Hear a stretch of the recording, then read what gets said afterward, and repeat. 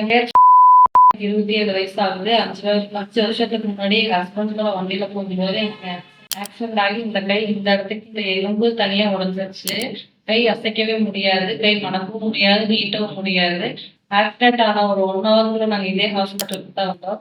Night வந்துட்டு அடுத்த நாள் காலையில ஆஃப்டர்நூன் வந்து ஆப்ரேஷன் பண்ணாங்க.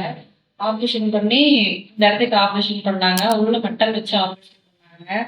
அருண் சார் தான் பண்ணாரு. அதுக்கப்புறம் அடுத்த நாளே கை ஓரளவுக்கு அசைக்க முடிஞ்சது. 3வது நாள் இங்கிருந்து வீட்டுக்கு அனுப்பிட்டாங்க. தொடர்ந்து நாங்க ட்ரீட்மெண்ட்டுக்கு வந்துட்டே இருந்தோம். ஒரு 1 1/2 மந்த்ல கட்டு பிரிச்சுட்டாங்க. ஆனா கை நீட்டி நடக்கறதுக்கு கொஞ்சம் சிரமமா இருந்தது. சார் பிசியோதெரபி ரெக்கமெண்ட் பண்ணாரு. பிசியோ போனோம்.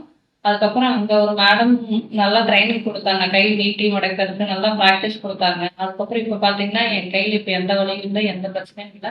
நல்லா நீட்டா முடியுது. நல்லா நடக்க முடியுது. என்னோட அன்றாட வேலைகள நானே செஞ்சுக்கிறேன். அடிபட்ட சமயத்துல என்னோட வேலைய என்னால செய்யவே முடியாது. இப்போ எந்த பிரச்சனையுமே இல்ல. நார்மலா இருக்கிற மாரி இருக்கு.